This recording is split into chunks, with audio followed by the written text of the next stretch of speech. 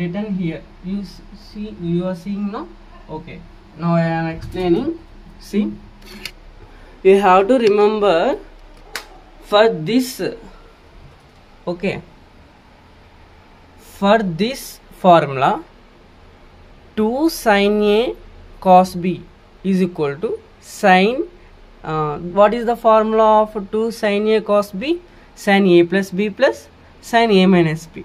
Then the questions will be like this. First sin and cos, sin and cos, sin and cos, sin and cos, sin and cos. No? Now, see. Now I will read the questions to understand you clearly. Integral sin 6x cos 2x dx. Integral sin 8x cos 3x dx. And next one. Integral sin 7x cos 5x dx.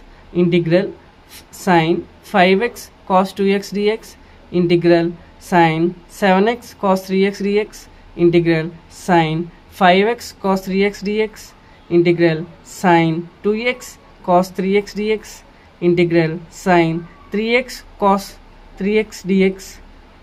Integral sin 5x cos 7x dx. This all problems is related to this formula.